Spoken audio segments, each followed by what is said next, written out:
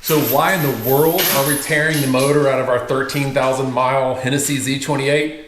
Hang around, we'll tell you about it.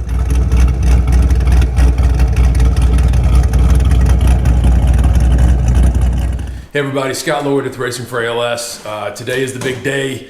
If I can be honest, today maybe I was dreading a little bit because we really don't want to be doing what we're doing, but we don't have a choice. So we, of course, to do this, had to come to the best person to do that, which is our good friend Doug. You can see his yellow racing Corvette over here, and Doug is obviously hard at work because we are about to pull the 427 out of Godspeed, our very first race car, and go ahead and start the rebuild process. And when I say we didn't really have a choice, when Chevrolet built this car in the 427, when they were beta testing it, they put a lubricant on there. I was calling it a lubricant. Is it a lubricant or is it a? It's a coating. It's a coating. David, my spot checker back here behind us, David Lloyd. Why we're doing all this, it is a coating that they put onto the titanium that is meant to keep it to be able to rub together and be okay in regards to viscosity. The challenge is that when Chevrolet went to do this, they went with the second best option, honestly, to save money. A lot of car companies do that, happens. In this particular case, the challenge is that especially if you drive the car hard, that coating breaks down and eventually starts to become a powder. The titanium starts to break down, it becomes a powder, and the magnets in your oil trap or down in the oil pan that are supposed to capture pieces of loose metal don't capture it because titanium is not magnetic. So what ultimately happens is it becomes like sandpaper in your oil and destroys your motor. And we know this because sadly we've had a couple of people that this has happened to. So as a preventative, you can even kind of look in. We're about to hoist the motor out. We are going to be replacing the rods as the primary piece, which is titanium. However, as Doug can tell you a whole lot better than I can, they're a slightly different length than stock rods. So if you replace the rods, you have to replace the pistons. If you replace the pistons, you have to, and the rods, you have to rebalance the crank because the stock rods are heavier. But instead of doing that, we're just going to put a new crank in. So we're doing crank, rods, and obviously the pistons. But as well, we are going to be doing a little bit of a upgrade, kind of that cool little piece that I'm probably the most happiest about, which is we're going to be putting a Rick Crawford Cam, and then Rick Crawford is going to be tuning this for us from Rick Crawford Racing. So I think you're going to see a really, really cool thing come out of all of this. And again, thanks to Doug, as you can see, who's hard at work. And we'll look forward to showing you the finished product. The transmission is going to stay in the car. And so I've got the hoist attached to it with an engine leveler so I can control the attitude of the engine. And I've got it picked up off of the motor mounts a little bit. So next I'm gonna take a ratchet strap underneath the transmission and tighten it so that the transmission is going to be supported in a slightly lifted position. Okay. Then I've only got 4 bolts left in the bell housing. I'll pull those out, and then we'll start the process of actually getting the transmission to let go of the engine to let go of the transmission. The trick now is we have to get the pan, the oil pan of the engine to clear the electric steering rack and all that. Great. The nice thing about this, the Z28. The pain in the butt thing about it is that it has a dry sump system, and so that was quite a lot of hassle to get out of the way. Cooling lines and oil cooler and all that kind of stuff on the driver's side over here. Because only the Z28s and the Z06s had the dry sumps, right? Yes, the Corvette Z06 and the Z28. And the nice thing about it is once you get the dry sump system out, the pan is very shallow. So with a wet sump pan, the pan is very deep. And so it's easy to get over the main cross member? Exactly. Awesome. So I haven't done one of these out of a Camaro, but I'm expecting it not to be a big hassle. Before I do too much more, I'm going to go ahead and loosen and take off the motor mount brackets. Okay. And that way I won't have any conflict between the motor mounts and everything. All the bolts are off of the mounts themselves, so they've got some compliance. But just taking the bracket off completely is, if I can get to the bolts, we'll just make sure we don't have any issues there. Oh boy. Yes, I am delighted it came out so straightforwardly once everything was loose. I mean, most of the time they're pretty easy to pull out, but ones that have a lot of mileage, it's not always that easy. The low mileage car's in great shape. I just put a little bit of forward pressure on it, and it just pulled right out of the bell housing. You just go Okay, all right. until I tell you to stop. Go ahead, sir. Yeah, when you hear it crunch, stop. Yeah, that's right. You're good.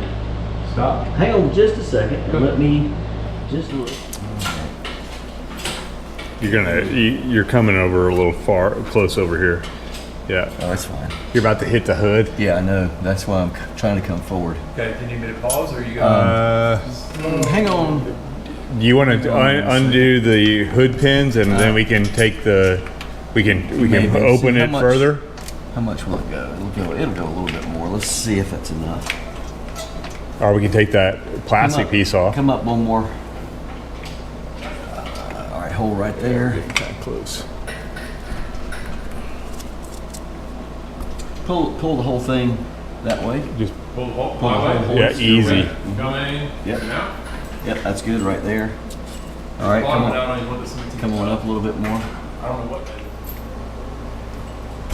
Yeah, you got the Hold up. oil pan. Yep. That's beautiful. There it goes. Beautiful. All right, and back it on your way Hold on a now. sec. I want to get up just a little bit more. Okay. Because this fender over here is a little higher than the front. Okay. If we need to move, watch out for the camera. Gotcha.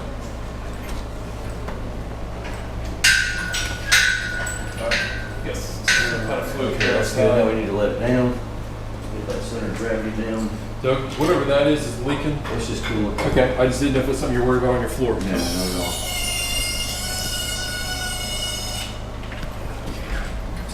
Ain't that supposed to be in there? It's like, wait, the engine's in the wrong place. We're going electric. No.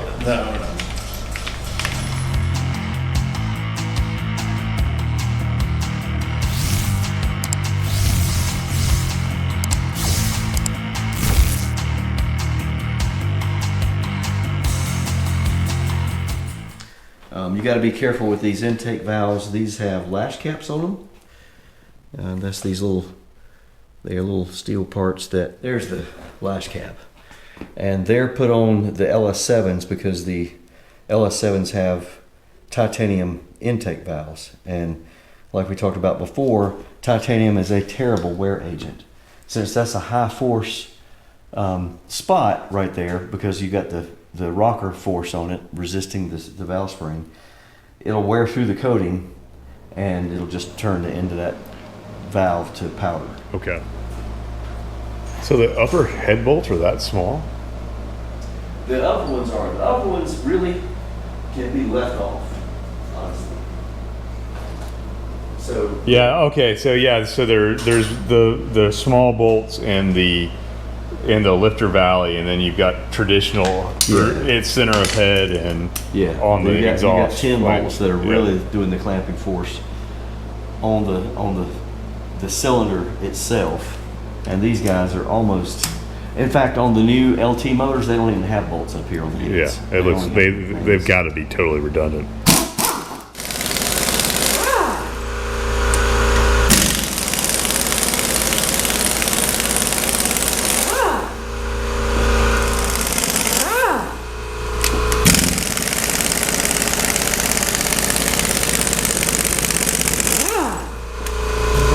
All right. Is it coming off? Yep.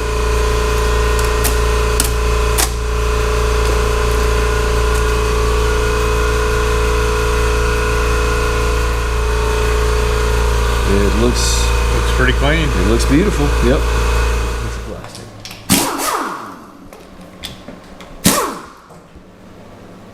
You've been holding for 30 minutes. It's like, my arms are tired. Any foreign objects in there? Nope, not that I see. Because these are hand built. Yep, that's right. And so you got a particular guy who hand built this engine, and he marked all that stuff by hand just to say, okay, yep, all the parts are present. So one of the problems that we have with these LSs, when someone has replaced the cam already, it's really easy to over tighten these tapered heads, cone heads. You can see these two came out fine, but if you over torque those things, they get stuck And we've tried to remove both these with some impact and some torque. I don't mean an impact like an air impact, but you know, a hammer just put in some axial impacts on it to try to break it loose. And so now we're going to have to drill them out. Yeah, we're gonna have to drill out these and use an extractor and pound the extractor into the hole, and then hopefully that works.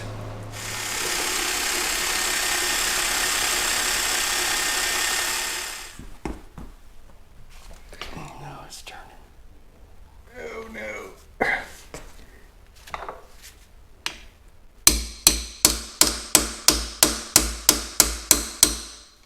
No. Nope, it's just not biting. Two, unfortunately, stripped inner threads on. So we can do everything we need to do. And just leave. You're just going to leave the cam retainer plate in place and have a machine shop do it. Well, we got to take the machine shop either way, so Exactly. no reason to. I've had them do one for me before that I couldn't get out, so. So on this LS7, there are side main bolts and then also the main bolts. Yeah, it's called a 6-bolt main. You have 4 bolts going through the mains to hold it together, and then you have one on either side of the skirt that just tightens everything up in terms of just Yeah, very rigid. very, very rigid. These things hold a ton of horsepower with a stock bottom end, stock bolts. We're going to go back with the stock bolts. If it were going to be 1,000 horsepower, you know, forced induction, I might say go with, you know, some ARP main studs. But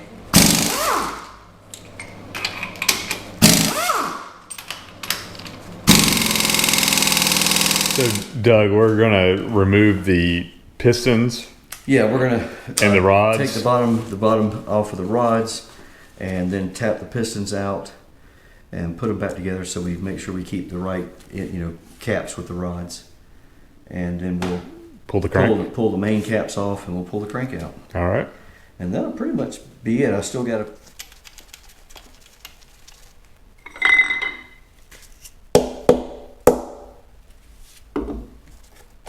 There we go.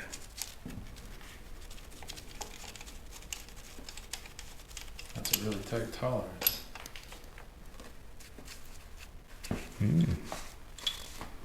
So there's the rod bearings, and they look Pretty good. Yeah, they look fine.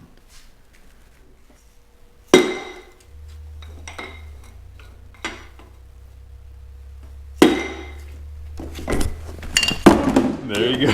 There it goes. It's out, Mom. So All right, Doug, what did we find? This is number. So the bearing, the rod bearing is pretty worn. You got copper showing through. None of the other ones have looked like that so far. Interesting. Yeah. Anything on the crank? No, the crank looks fine. Okay. It's beautiful. So this is what the rear this main. This is journal. No, it's journal number 4. But show me. It's numbered 1, 2. Show me the part. It's number 4, and then the copper. A little bit of copper showing through right there. yep, I see it. It's not bad, but more than I'd prefer to see it with 13,000 miles. Hard. Yeah, hard miles. That's very true. Oh, God, this thing. I want to palm It's a you up. beautiful baby crankshaft. Yep. LS7. Yep. They're nice cranks. And by the way, here's the Mallory, the heavy metal that they use to balance them. That Scott, you and I were talking about that. That if we could have reused this crankshaft with the forged rods and pistons, but they would have had to add, based on what I've understood and the one that I was messing with on mine, probably 6 slugs of Mallory to get it to balance. And a slug of Mallory is $100 a piece. So it's like you just get a new crank. But this is what they look like from the factory, where they've got the Mallory in there. So they have, I don't know how many's in it. There's 3 there. There's 2 on this one down here next to the reluctor wheel. I think that's all. So there's 5 slugs of Mallory in it from the factory.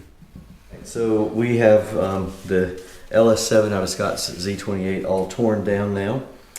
And the interesting thing we found was on rod bearing number 4 that there was a fair amount of copper showing through and the bearing was really rough. So I don't know what was going on with that cylinder, but Scott said he kept having trouble with the coil wire popping off of the coil, which is really weird.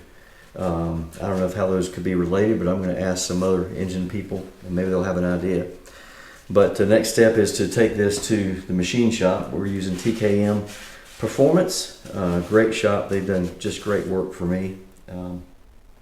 And I use them because my mentor Rick Crawford is using them now. And we're going to go back with this build, just a light, I will have a measure of the bores, make sure they're okay, but probably just a light touch hone, a 4032 piston material, forged pistons, and forged steel connecting rods, and a new forged crankshaft, and then a Rick Crawford Racing cam that's going to be pretty different design than what came from the Hennessey build.